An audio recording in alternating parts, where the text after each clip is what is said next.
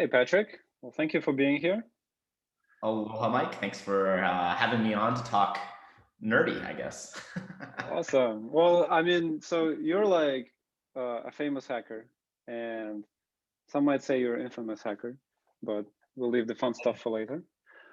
Um, and the way I kind of see it is you've spent a lot of time, presenting at conferences and hacking things and really making things very approachable to sort of novice audiences and really spending your time trying to explain how things work.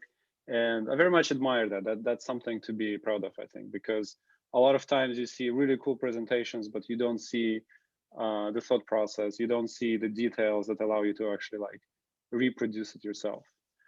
So that's really cool. But what I want to ask you is if you could tell me how you kind of got into that and how you gained those skills. Yeah, so I really started into the field of computers, not even computer security, but computers in college. So I didn't grow up with computers, so that was really my introductory approach to that. And I studied computer science at the University of Hawaii, which is not known for its academics, let's just say. Um, but Good got me some surfing though. yeah, lots of surfing, partying, as we do. And it was warm, I was just like, grew up on the East Coast, too cold. So the interesting thing was I was never like I would say a stellar student in the sense that I really didn't pick up things quickly, right? I really wasn't one of those kids that could just show up to the exam and ace it. Or, new topics, I would just, automatically kind of click. So I really I had the motivation and the, I would say, perseverance to kind of stick with it. But, I learned by very kind of hands-on techniques and really spending a lot of time with the content.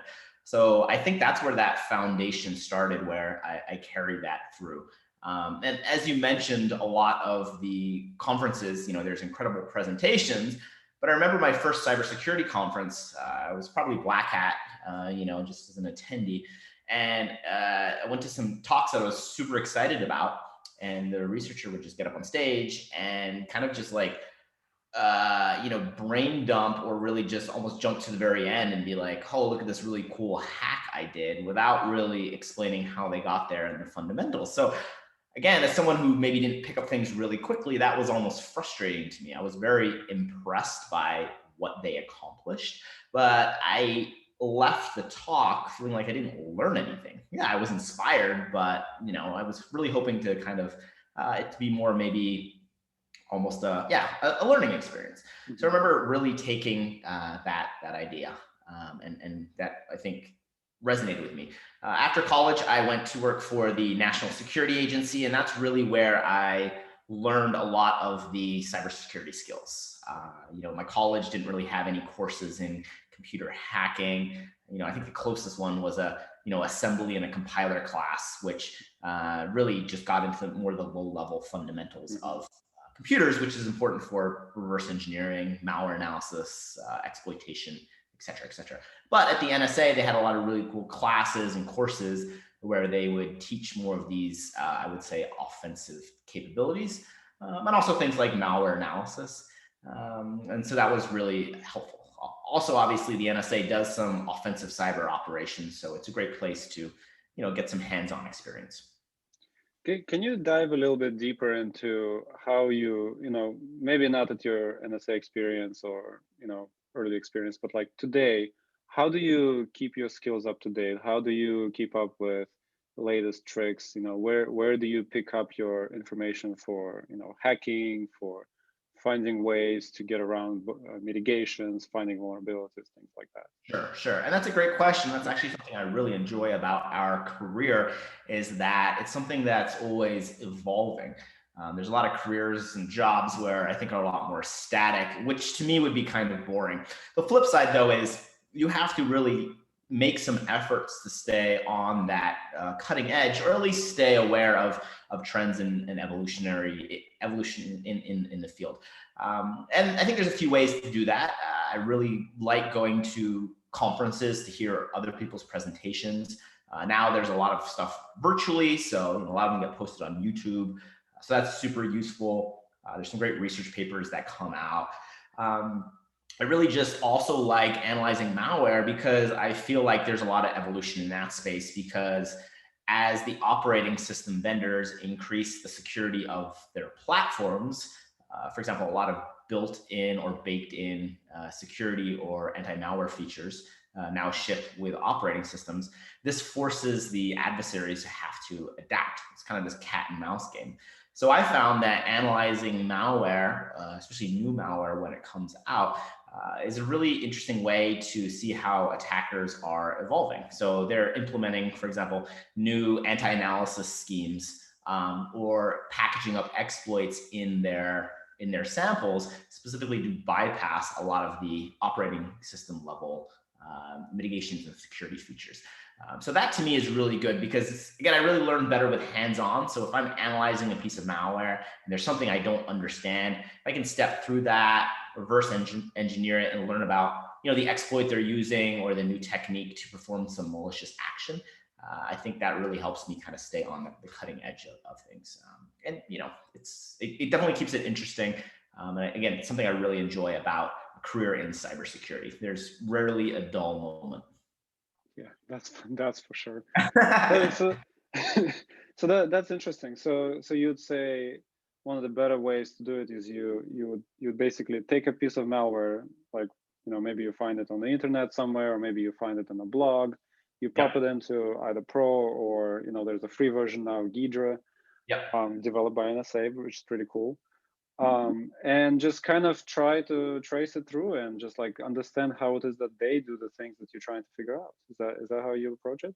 Yeah, exactly. So one recent example from 2020, so fairly recent, was this Mac malware specimen called XCS set. And it was interesting because its distribution mechanism was in malicious developer files, Xcode projects, which is rather unusual. And the original research paper on it, I believe it was by Trend Micro, highlighted that, but really didn't go into much detail. So, the sample was available on VirusTotal, publicly available.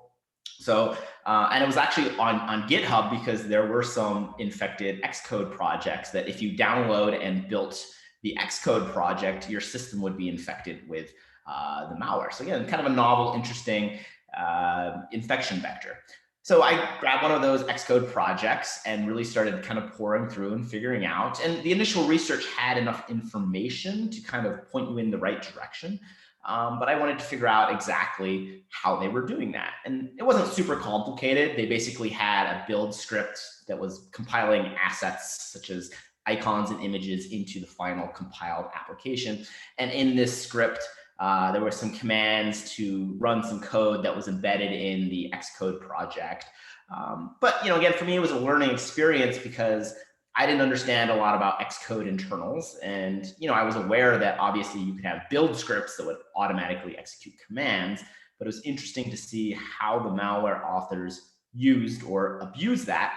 And then also, what the malware did. And this also was an interesting malware because it had some interesting zero-day exploits to subvert some of Apple's recent security and privacy mechanisms. So really just stepping through that. And yeah, sometimes it's in the debugger, in the disassembler, but sometimes it's just running it in a VM with a process monitor or a file monitor, doing some dynamic analysis. It really depends on how deep you want to go. And also, in this case of the malware, most of their commands were basically a bash script that would be executed during the build process. So once you kind of track down that script and figured out how it was executed during the build script, it's pretty easy to analyze exactly what it was, because it wasn't a compiled binary per se. It was just a bash script with some obfuscated commands. That's very cool. I mean, yeah, Bash has this great property of being very readable by humans. So you don't actually need special tools to figure out what's happening there.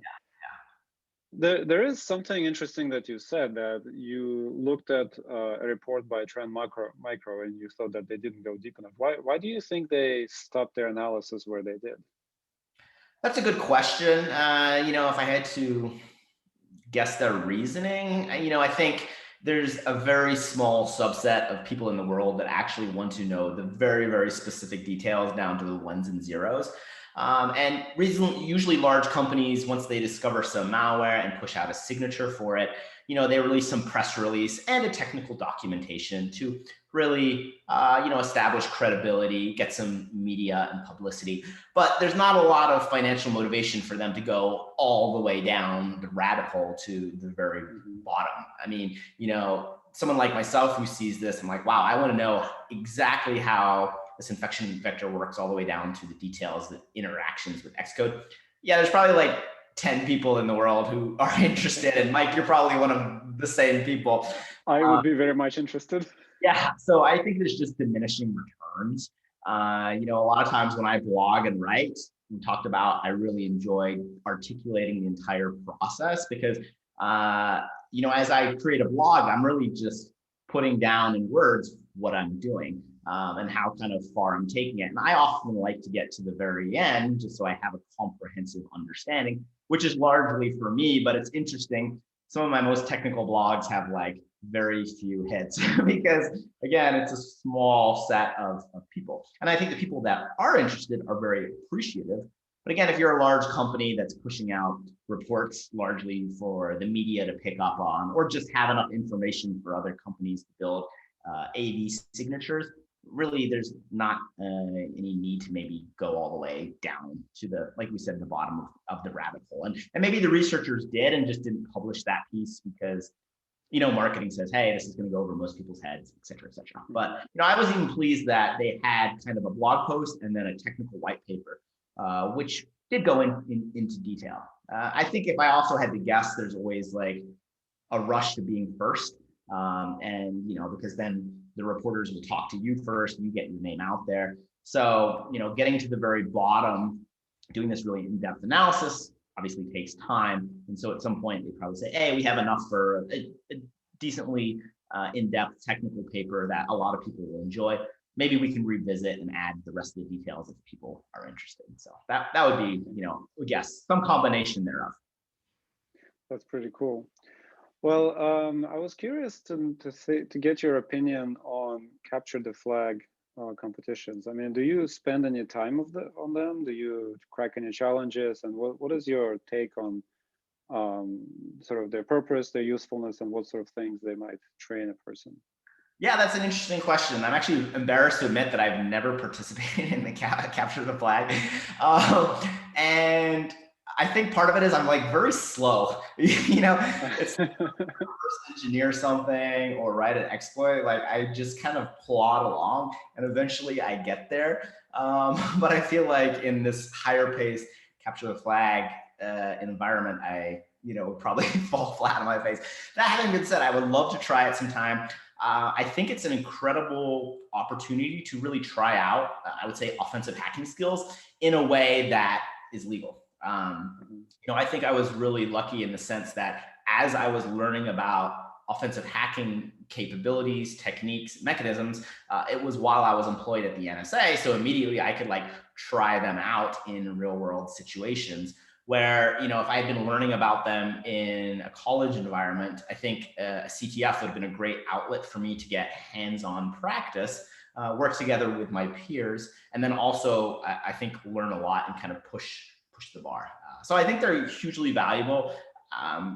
It's in a way as close as you're going to get to real world hands-on example and being able to apply your skills, which I think is it's one thing to read about something. It's totally different to actually go through and code it up, and if it doesn't work, figure out why, and then also collaborate with other like-minded individuals. I think hacking, especially in today's day and age, is a little more difficult than it was 10 years ago because of a lot of the anti-hacking mechanisms that are built into the operating system. So a lot of hacks now, I think, are more collaborative, where individuals have niche skills and there's a team that kind of all comes together to build a successful exploit, which I think is very similar to what happens in kind of a team-focused CTF event.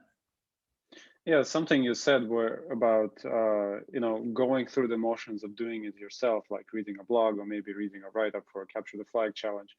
Like I found that I could spend days reading about a solution, reading about a hack, but until I actually do it myself, I don't actually understand it. Like the light doesn't go on. Yeah, and I'm the same way. So, like a research paper, might point me in the right direction, but I really need to sit down and go through that. And I think that's actually really a good approach because, even if you, I think, understand the concept really well from reading, once you go through it yourself, it's really just gonna lock it in. And I think also uncover areas where you maybe are not the most skilled and areas to brush up on. But I think hands-on practice is hugely important, especially in like a cybersecurity field.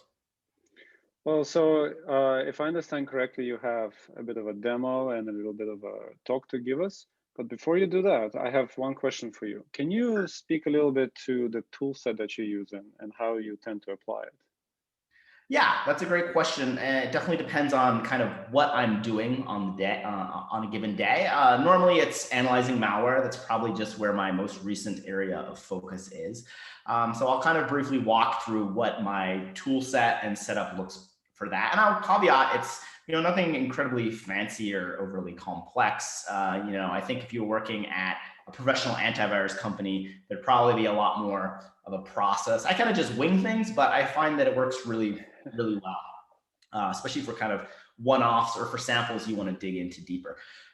So to analyze malware, it's always good to do that in a virtual machine. So step one, I have a virtual machine that I run on the same box as my developer system. So put a lot of trust into the VM product, which there's some inherent risk.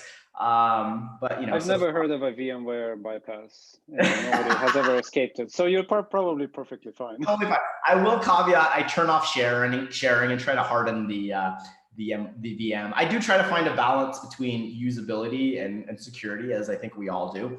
Ideally, you would have like an offline system, but that's just like a pain to have. So, so step one, a hardened VM, at least I make sure it's fully up to date.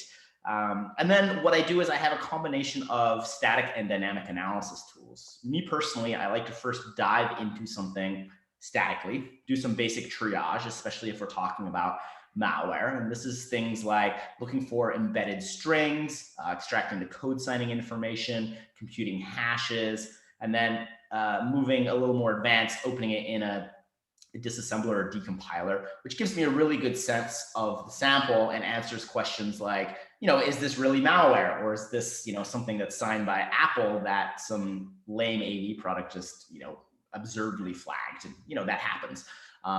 Or, okay, I have some embedded strings, some hashes. Let me Google that. Let me search on VirusTotal. Is this a variant of something that's already been known, that's already been analyzed? And if so, I'm pretty much done at that point. It's probably not anything super interesting. Make sure it's still detected, maybe tweak or update a Yara signature. At this point though, if it looks like it's something new, I will then dump it into the VM and run it first with some passive dynamic analysis tools. So things like a process monitor, a file monitor, a network monitor, just to see how it acts. And the reason it's good to do this in conjunction with the static analysis tools is a lot of malware these days has anti-VM technology. So it looks to see if it's running in a virtual machine because it rightfully assumes that if it is, it's probably being analyzed by someone such as Patrick. So in the static analysis, you can often find these checks, the code that's looking for the virtual machine. The Mac malware samples, they do pretty basic things. Look at, for example, the MAC address to see if it's a known VM prefix, or if there's kernel extensions or components of the virtual machine that's running. So they do some, query their environment and then look for some hard-coded strings. So once you identify that in the static analysis, in the dynamic analysis, if you're doing, for example, debugging session, you can set breakpoints on the anti-VM code or anti-debugging code, and then just step over them. My favorite debugger, I use LLDB, command line debugger, kind of old school, but it gives you a lot of power. It's kind of terminal based, so you can create powerful commands. It has a really nice Python interface, so you can extend it. I know Mike's done some really cool hands-on research in that area or uses that as This well. is like GDB, but for Macs, basically. Yeah, exactly. My choice disassembler, I use Hopper. It's pretty solid. It's kind of Mac specific, so the UI is really nice. I feel like it works really well with the macOS operating system, and it's not super expensive. I think it's like $50.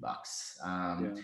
I also have the free version of IDA because IDA also does better reverse, sometimes better disassembly.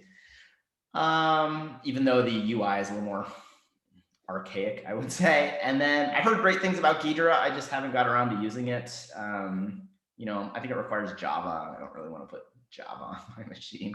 Java is not vulnerable at all. So, I would say the static analysis tools, just a lot of the built-in utilities that macOS ships with, combined with Hopper debugger or Hopper disassembler or something like IDA. And then the dynamic analysis tools, some of the Objective-C tools, which I write. There's a process monitor and a file monitor.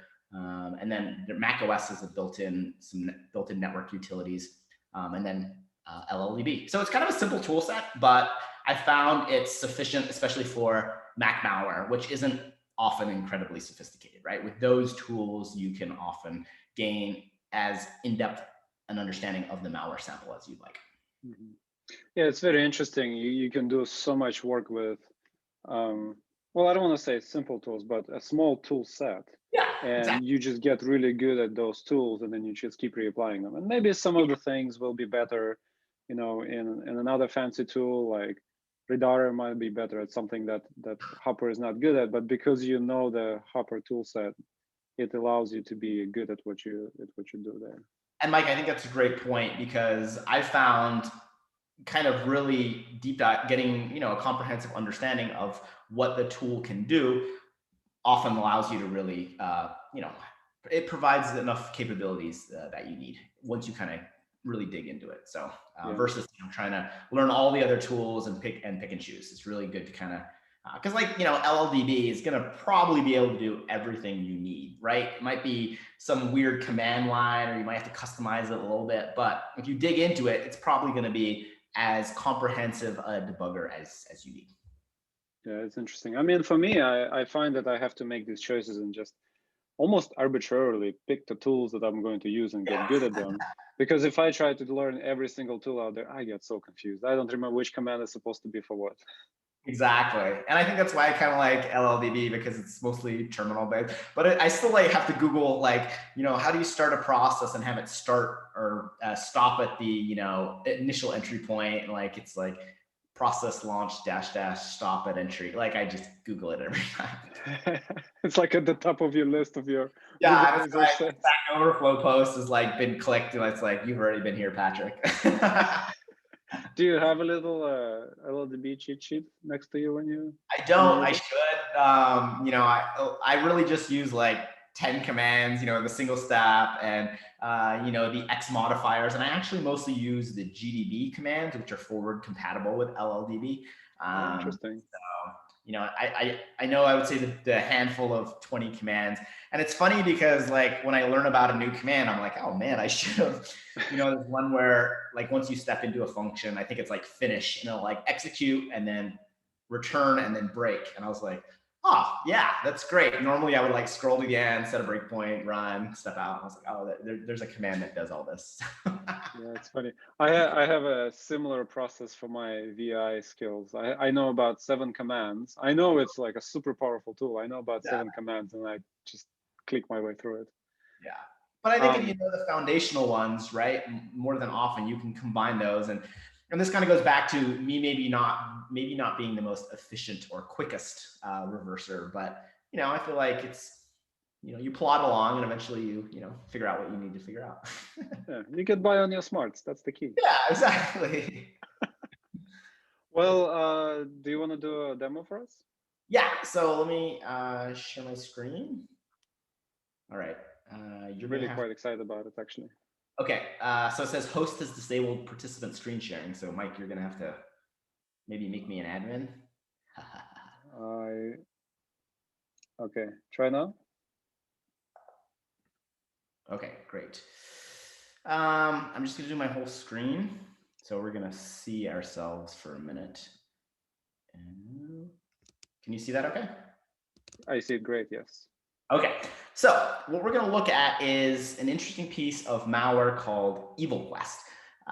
And I'm very fond of this malware, which is a weird thing to say, but I am fond of malware because it does some really neat things, and it's not kind of your everyday run-of-the-mill malware that you look at. So as a malware analyst, you see a lot of malware, and a lot of it's just really lame adware or really lame malware that's not doing anything sophisticated, not pushing the envelope. EvilQuest kind of is the complete opposite. So for example, it has the ability to virally infect binaries on the system, which is one of is very rare on macOS. I believe there's maybe one other in the wild functional true computer virus targeting macOS in the last decade. So the fact that it's actually a true computer virus is really neat. And this means that if this gets onto your system, deleting the malware and its persistence files is not enough. And so that's, again, from a malware analyst point of view, kind of interesting. The other thing that I like about it is it has a pretty significant list of anti-analysis features and capabilities. And so what we're going to do is we're going to statically analyze some of the anti-debugging and anti-VM capabilities. And then we're going to talk about its string encryption and then show what I think is a kind of novel but a very efficient way to decrypt all the strings. And the reason you want to decrypt embedded strings is so that you can gain insight into the malware. Because what malware authors will do is a lot of times for sensitive strings, things like the address of the command and control server, the path to the location on an infected system where it's going to persistently install itself, those will be obfuscated or encrypted because you as a malware analyst, those are generally what you want to find. So you can answer questions like, where does this thing beacon out to? How do I write a signature to find this on an infected system? So malware authors want to make our job somewhat difficult. So there are some benefits or some nice things about EvilQuest, nice for that make analysis easier. One of the things is the function names are very verbose. So as I mentioned, we're going to look at some of the anti-analysis logic first. And how did I find this? Well, I was just looking at the name of the functions, and there's one called isDebugging. There's another one called isVirtualMachine. There's one called preventTrace, which, as we'll see, is to prevent debugging. So the fact that the malware author didn't obfuscate the function names makes our job a lot easier. So what we can do is, for example, we can take a look at the isDebugging function. So here we have some 64-bit assembly code. And what I normally do is I try not to get too focused on the assembly instructions. I pretty much start by looking for API calls, because then very quickly you can figure out oftentimes what it's doing. And we'll see some examples of this. So the first thing, again, this function is called isDebugging. So let's assume that it's going to check to figure out if the system is being debugged. So the first thing we do is we see a call to get PID. This is a self-explanatory API which gets the PID of the running process. So again, if we're interested in a debugger check, it's likely that there's an API that maybe takes a PID, and that will return if that function or that process is being debugged. Cool. So we see a call to get PID, and then if we scroll down a little more, we can see a call to syscontrol. This is an Apple API. We'll talk about this a little more. We then scroll down and we see, based on the result, it's checking for various values. And this is where you kind of have to get into the assembly logic. You can see it's doing things like ANDing something with 800, which is kind of unusual. I mean, that's a common, constant, right? It's kind of like a computer value. It's not arbitrary, but at the same time, it looks like it's specifically checking for some value, 800 being set.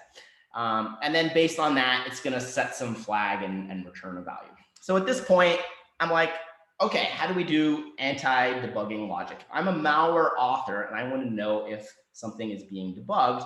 How do I know? So what I normally do is I go to Google and we'll open a new tab here. And we can do like debugger, oops, I could spell, detection, macOS, syscontrol, and get PID. All right, cool.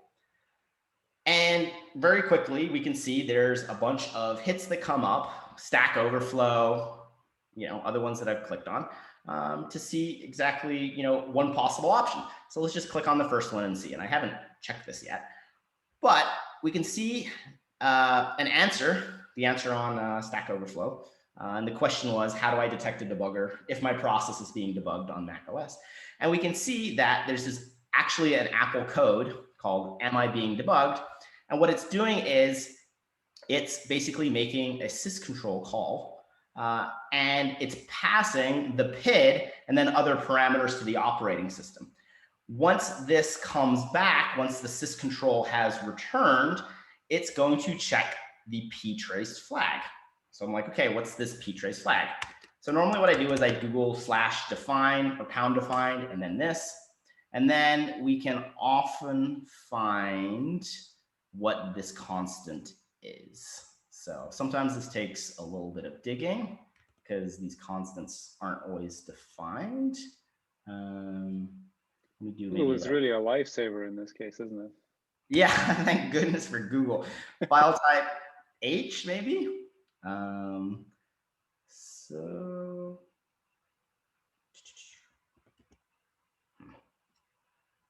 ptrace, traced. So here it's set to 0. This is for Linux.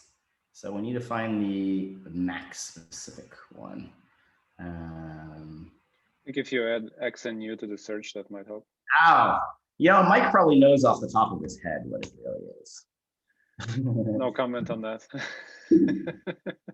So, some Apple source code. Well, we'll dig through. Let me go back to the Stack Overflow post because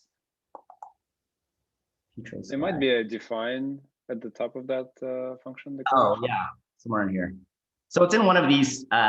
It's in one of these files. I'm gonna stop looking, but basically this value comes out to it's a bit field, and it's gonna have that value of 800. So if we jump back to here, we can now see the disassembly is exactly matching that kind of known debugger check, where they make a call to syscontrol and they pass in the get PID, and then when it comes back, they're checking to see if that ptrace flag is being set.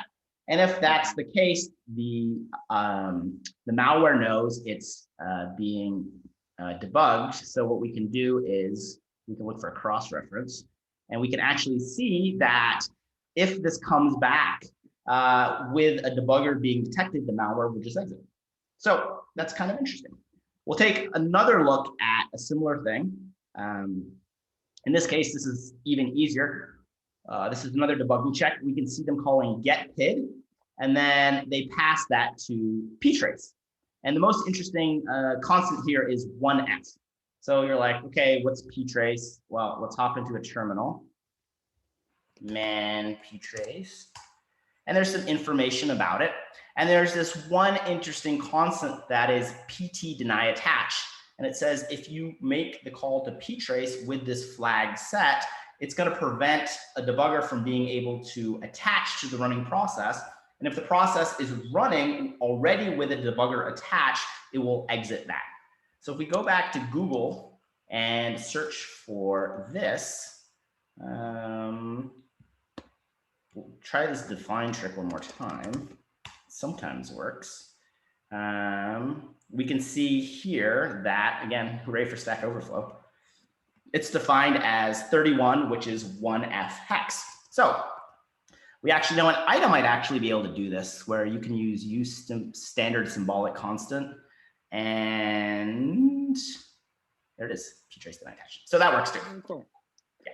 I like that trick with using IDA to define your constants. Yeah, it's super neat.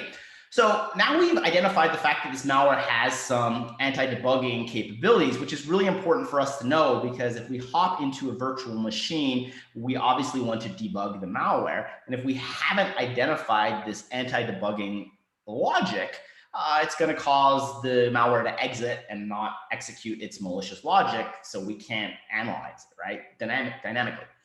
Once though we've identified this, what we can do is we can simply set breakpoints on these calls. And when they're hit, we can just ignore, step over, no op. There's a variety of actions you can take in the debugger so that the anti-debugging logic is never executed. What I normally do is I set a breakpoint, and then you can add kind of a action that is automatically executed when the breakpoint is hit. And in this case, what I'd probably do is I would look at where this is called. And we can see it's actually called right after is debugging. So what I would probably do is I would probably just set, a breakpoint here and then just change the instruction pointer to skip, after both calls. There's a variety of different techniques you could do. You want to make sure you don't mess up the stack, et cetera, et cetera. But the end result is once you've identified the anti-debugging logic, you can circumvent it in a debugger, step over it, no op it out, whatever, and then let the analysis continue. Whereas if you hadn't identified it, it would interfere with your dynamic analysis. Now, the last thing I want to talk about is the string encryption routines. So if we run the strings command, let me see if we can do this.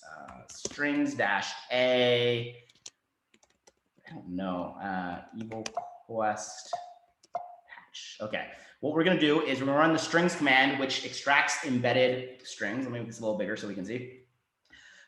You do the -a flag, or actually just dash. This tells it to scan the whole file. And if we run this, it always takes a second. I always freak out because I'm like, did I just run the malware? I'm like, no, strings is taking its time. And if you're in a VM, then it's okay to just run it, right?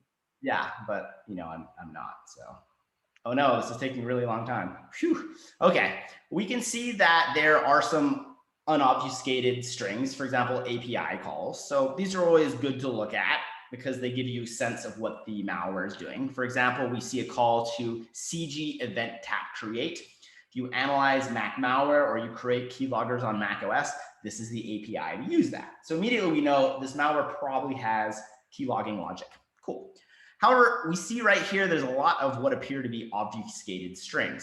And this is pretty common. Malware authors often obfuscate sensitive strings to hinder the creation of AV signatures, or largely to make malware analysts' jobs more difficult. So let's figure out how to locate the deobfuscation, the decryption routine, and then how to bypass that. So what we can do is we can just look for any of the encrypted strings. We can find them embedded in the binary, and then look for cross references to those and see where they're used. The assumption here is that before the malware uses them, it probably is going to have to deobfuscate it, right? So we can see here is one example of that. And we can see it's passed to a method called EI_stir. So if we click on that, we can see that this takes us into a API that has other methods like string key, EIP decrypt. So this is likely the decryption method. Now we can confirm this in a debugger. We can set a breakpoint on this method, and we can confirm that a encrypted string is passed and that this function will decrypt it and return the decrypted string. This is awesome.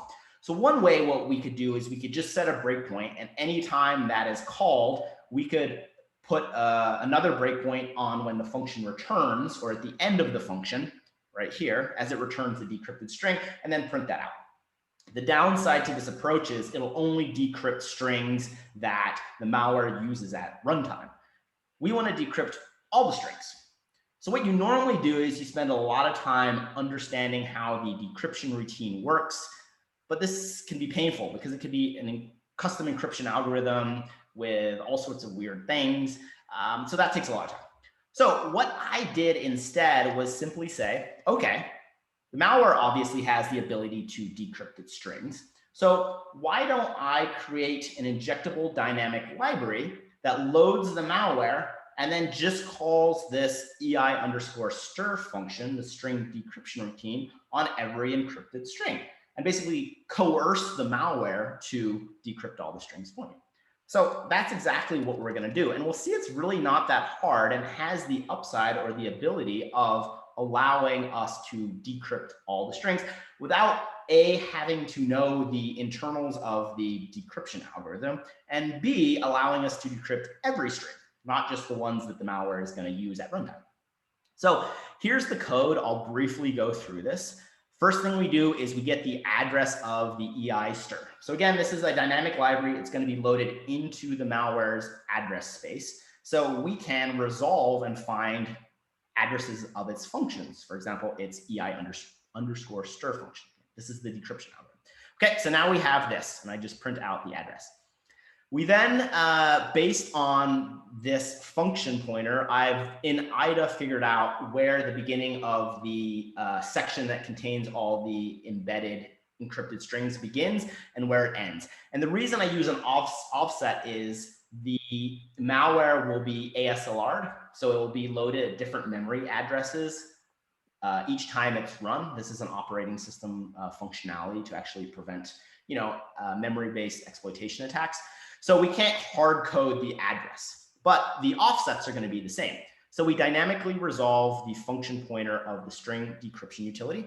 And then, like I said, in IDA, we add an offset for the start and end. So now we have a pointer to the encryption decryption function, and then the start and the end of where all the encrypted strings are.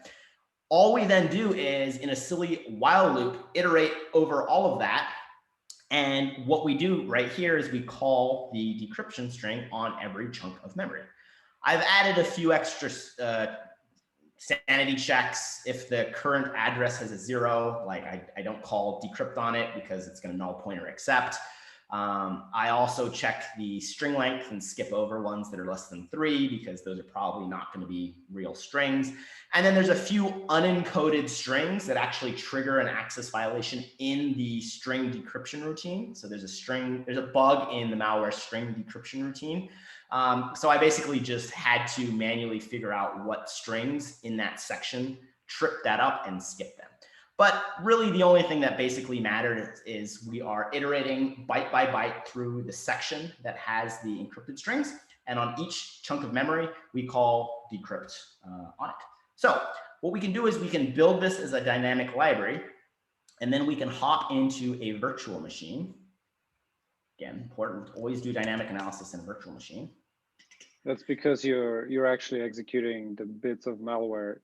Exactly. But you don't really know what it does. You haven't fully analyzed it. So I don't know what this malware does, even though I'm injecting a dynamic library, which is going to decrypt and then execute. Like I'm basically calling into the malware's code. So like do this in a virtual machine. I'm curious. Oh, sorry. Go on. No, go ahead. I'm curious. Why did you decide to inject into malware rather than loading malware dynamically into your own process? Because that's a great question. So this specific malware sample is compiled as a standalone Mako executable. So it would be difficult to pull it into my own process. It was easier just for me to write a dynamic library that I could inject into the malware's process. So it really came down to, it was just an easier approach. I don't want to say lazy, but I am. So I often look for the most efficient way. And I think this is an example of this, because if we decided to try to figure out, for example, the malware's decryption routine and how it works, so we could custom write our own decryption utility, like that would have that probably would have taken a while, I would argue. Whereas this case, we're basically simply just saying the malware knows how to decrypt its strings. Can we just ask the malware to decrypt all its strings for us? And so as we'll see, we do that. So That's the way, well, so sorry to linger on that a little bit. Would you say that part of the reason why you decided to do it this way is because it is also a method that you know, and a method that you know will work? Yes, exactly. And that's a really good point, Mike, because the great thing about this is a very generic approach. Once you've identified any malware string decryption utility, and there are exceptions, but overall, you can use the same injectable dynamic library approach where you basically just call into the malware's decryption routine on the entire chunk of memory where the encrypted strings are, and the malware will spit out.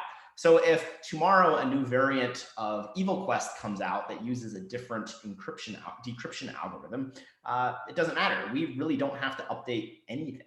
And a completely separate malware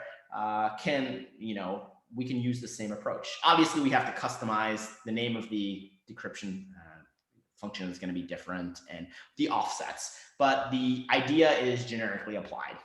So it's really just kind of a efficient approach, right? It's like work smart, not hard. I love that. It's how I roll, right? The waves are good. You want to nap, like we don't want to spend all day looking at malware. So what we're going to do is we're going to inject our dynamic library into the malware. This is really easy to do on macOS. There is an environment variable called dyld insert libraries. And what you do is you specify this environment variable and then the equal sign and then the path to your injectable dynamic library. It's important to give the full path. And then whatever executable you want to execute. This malware was called Patch. It was distributed in pirated applications. The idea was people would run the pirated application. This patch binary would also get run to patch the license check, but in reality, it would be the malware. So when we hit enter here, again, in our virtual machine, our dynamic library is going to be loaded by the operating system into the address space. I want to point out one other thing. The code in our dynamic library will be automatically executed because we've set it up as a constructor.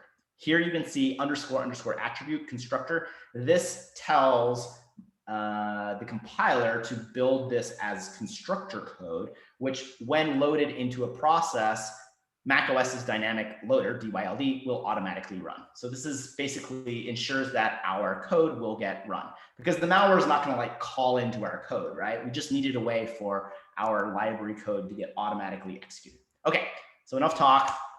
We're going to run this. Cool. And you can see now there's a lot of very interesting strings that pop up. Let me make this a little bigger. We can see, for example, first, this is output from my program. We say we're loaded in the PID of malware. We resolve the address of the string decryption function. We then have the start and end of the chunk of memory where the hard-coded encrypted strings are. And then we just have our silly while loop that basically calls, decrypt on every encrypted string. And, here we can see a command and control server or a server. You can see some interesting paths here.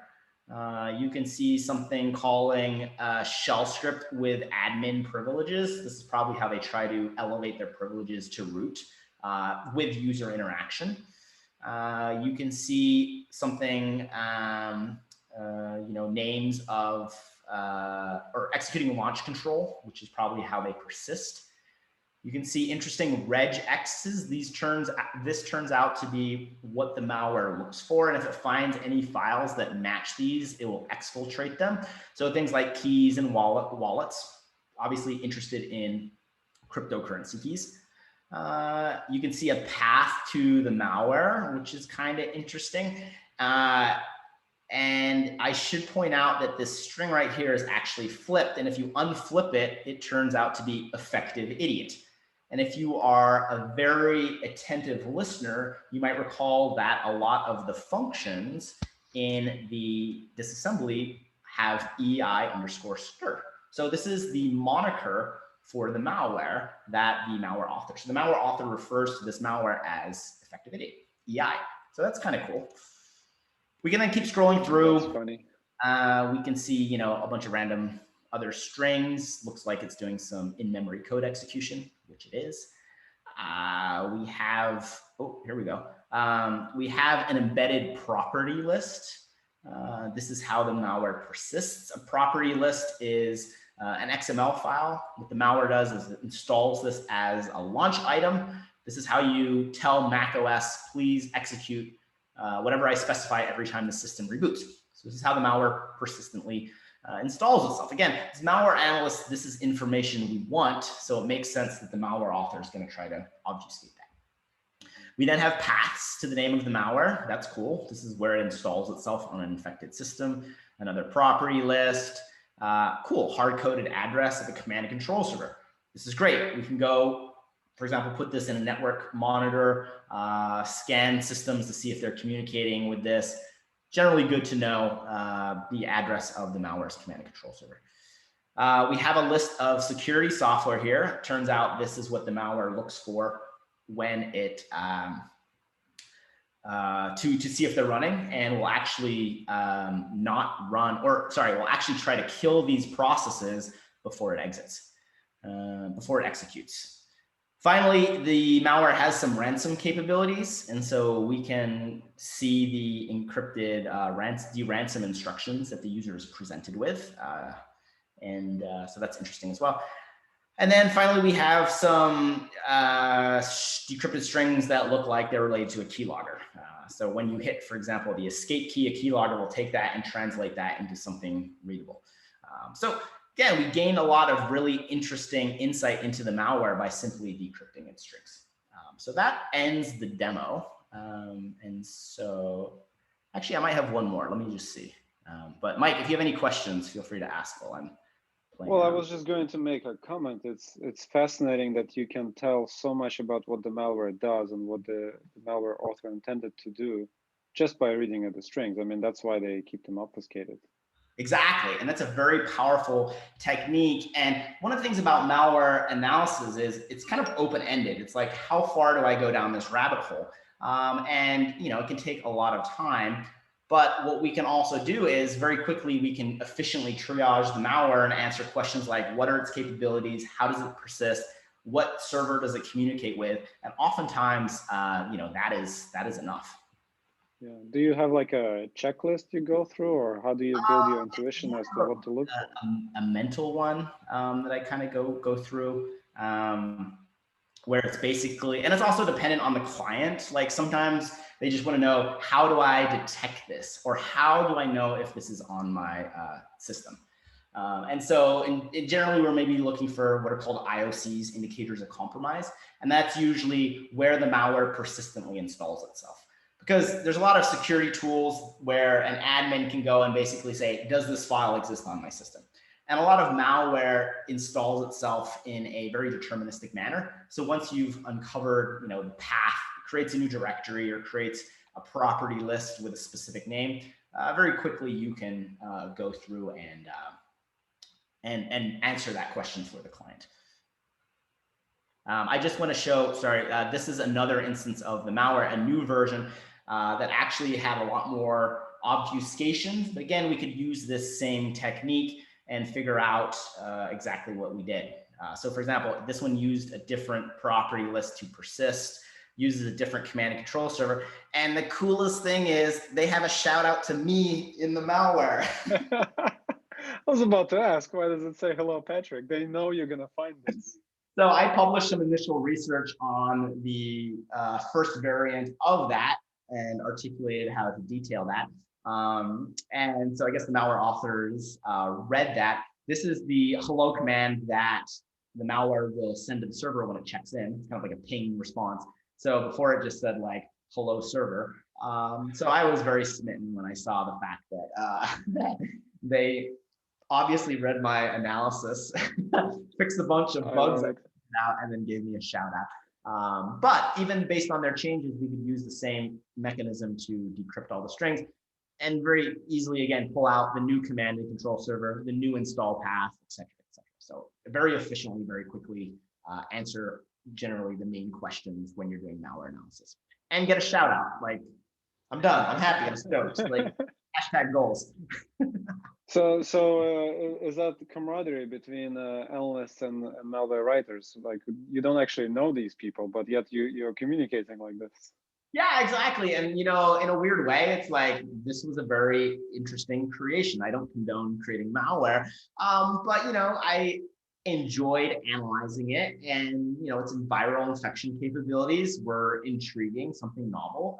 And so it did bring me a certain amount of enjoyment, and so I appreciate the time and effort they put into creating this. Like, I admire the creation. I imagine it would be like a doctor or a normal virologist, a biological virologist, kind of admiring the effectiveness of the virus, but at the same time, obviously, like, not being stoked on the pain and suffering it causes.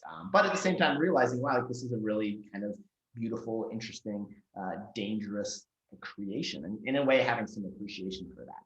So yeah, that's how I feel about sophisticated malware. And so, there's, some respect to the authors for creating this. And I would like to think there's some reciprocity, breaking their encryption. It's kind of like this cat and mouse game where, both sides are doing their thing. And yeah, some camaraderie, I think, as you said, would be a fitting way to describe that. So you talked a little bit about using it for defensive purposes, like, well, you read this malware, you figure out the indicators of compromise. But to flip that, if you think about offensive security, like as, let's say, you don't write malware, but let's say you were to write malware. What would you have learned from analyzing this sample that you could improve your technique if you were, say, writing for CTF competitions and you wanted your offensive tools to be very strong? I'm going to answer that question eventually. But you've opened up a really interesting concept that I briefly want to touch on, and that is kind of the offensive use for malware. So the first thing is, I never really studied a lot of software engineering. So I really learned how to program by studying malware. When I worked for the government, I would analyze a lot of malware that was targeting government systems, DoD, military systems. And when you do that, when you're reverse engineering code, in a way, you're learning about code. So that was really one of the ways of studying malware. I learned to, basically write code, which has defensive and offensive capabilities. The other really interesting thing you said, Patrick, you don't write malware, and that's true. But if you understand malware, sometimes you don't have to write malware in order to utilize it for your own purposes. So we have EvilQuest right in front of us, right?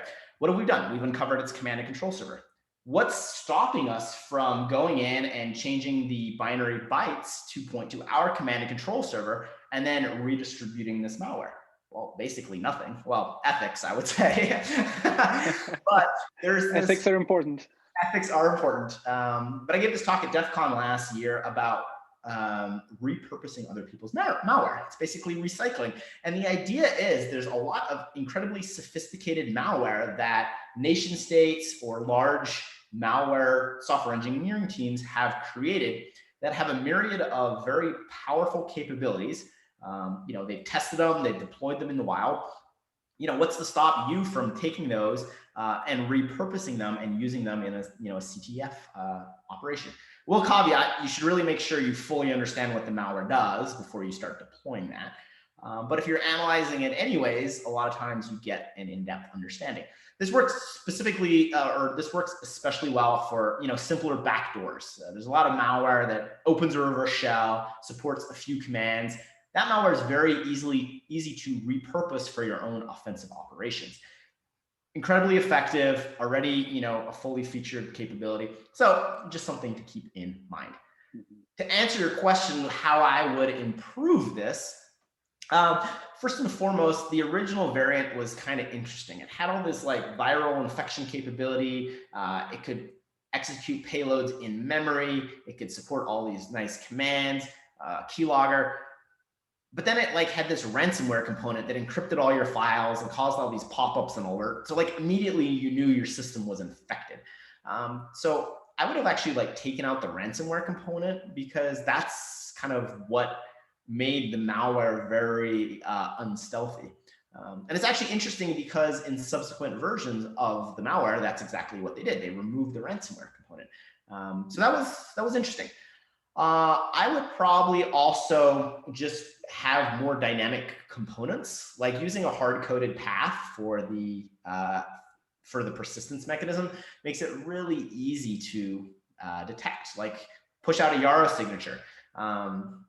And so there's a lot of ways where if you're thinking about it from an anti-detection point of view, I think there's a lot of opportunities for improving that. I don't want to give out too many ideas because I'm sure they'll suggest some of them. But I do think generally malware authors don't spend as much time on stealth as they should. And if you think about it, as soon as your malware is discovered, it's likely that there's going to be AV signatures pushed out by Apple, all the AV vendors. And so your malware at that point is almost useless, because if it gets onto a system, if there's a OS level AV detection already built in, you're done. You're not going to be able to infect the box. So it's interesting that generally there's not more effort placed on stuff. I will caveat that maybe there is, and we're just not seeing the more stealthy version. So there's kind of this like known unknown. But yeah. It's like you don't know what you're missing.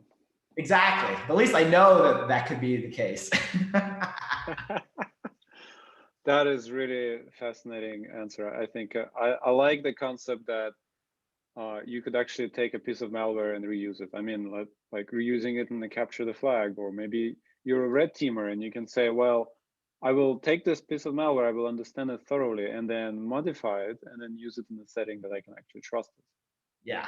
And one other benefit of that is it gives you amazing plausible deniability. This might not apply in a capture the flag competition, but if you take, for example, a well-known piece of Russian malware and just change the command and control server, if it ever gets caught, the Russians are going to get blamed. I mean, they get blamed anyways, but if it's a known piece of Russian malware, no one is going to be like, ooh, I wonder if Patrick repurposed this. No, they're just going to be like, this is the Russians. So in offensive operations, there's a benefit to that. And also if the target is, maybe in a hostile environment, right? There might be other adversaries, or maybe the victim you're targeting is very savvy. You might not want to put down your own custom malware because, if that gets detected, that can undermine a large part of your other operations.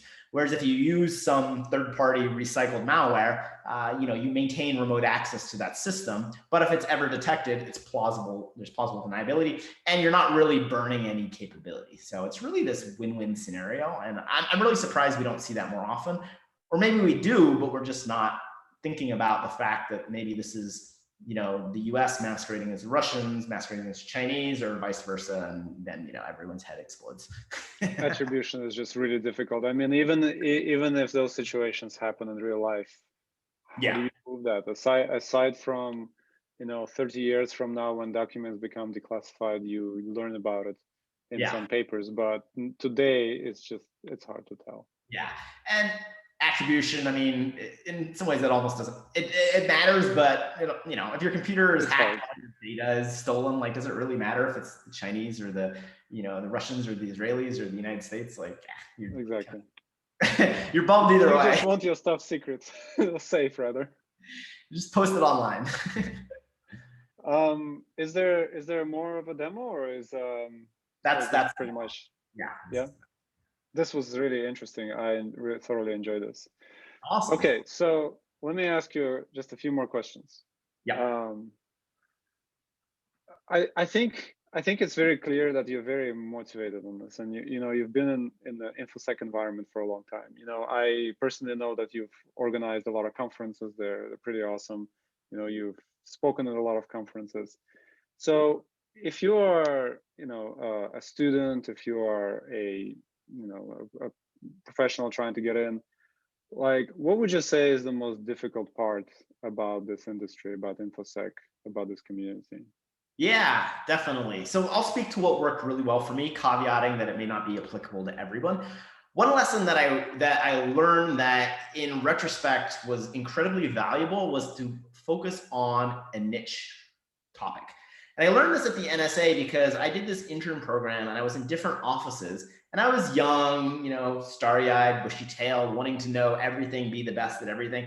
And immediately I learned that just no way to do that. So there's then two options, right? You can gain shallow knowledge, but in a lot of very broad topics. So you can be, competent in cryptography, reverse engineering, exploit writing, malware analysis, on Linux, Windows, macOS, mobile, IoT, kind of know a little bit about all that. But then you kind of become jack of all trades, master at none.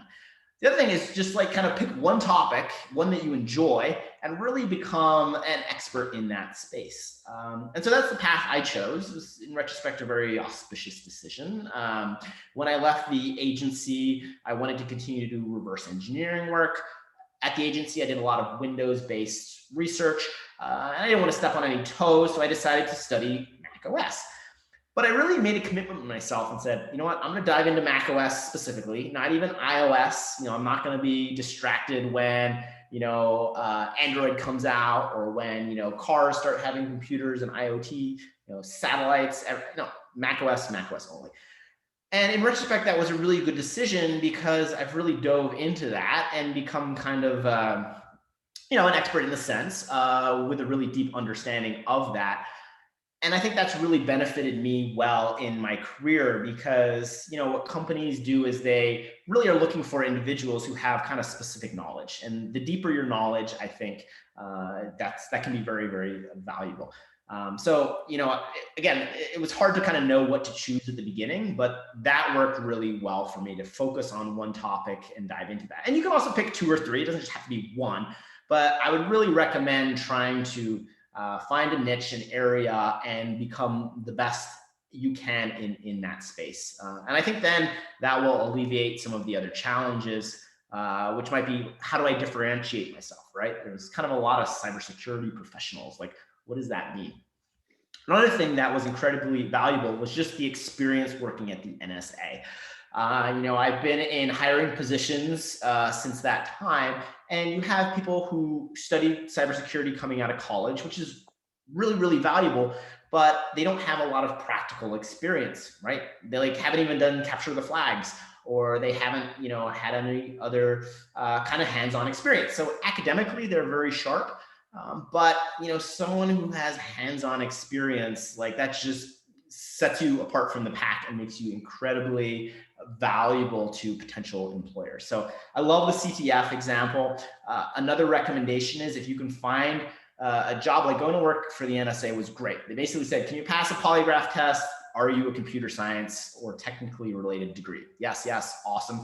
We don't expect you to have any other experience. We will train you, we will hire you, we'll pay for a decent salary. Go work there for a few years, and then, if you want to go work for the private sector, like, you will have job offers out the door because people know you have this hands-on experience. So I think that addresses some of the other challenges breaking into the field, which are, how do I get practical hands-on experience? So I'm a big fan of, doing a stint at the government or some organization that will offer to kind of train you or give you like hands-on job experience. And the government was great because there weren't these prerequisites. A lot of companies are like, you have to have experience. And we're like, well, I'm trying to get experience. And the government route for me worked really, really well. So I think those are some of the recommendations. Again, we talked at the beginning how, you kind of have to stay on the cutting edge. Things always change. That's a good thing, but make sure it's a topic you enjoy, because if it's not, you're going to be pulling your teeth out because you really can't rest on your laurels too much. Like, you want to wake up and be like, ooh, there's a new exploit out there. I want to read about this. Or, ooh, there's a new computer virus out there. Like, how does it work? Like, find that passion in whatever. It could be IoT security. It could be building defensive tools. It could be, writing detection signatures. Whatever it is in that cybersecurity field, if you find something that you feel stoked about, that you can passionately pursue, you will wake up every day like being excited, which I think is really the goal. What a fantastic way to end this. Thank you, Patrick. This was great. I learned a lot. Well, Mike, I want to thank you for having me on. Also, all the students, stick with it. As I mentioned earlier, I wasn't one of those A+ students, so I kind of slogged through, but I think this is a career where perseverance and persistence pays off, definitely in the long run, versus just flashes of genius. So that's something I also really like to stress as well.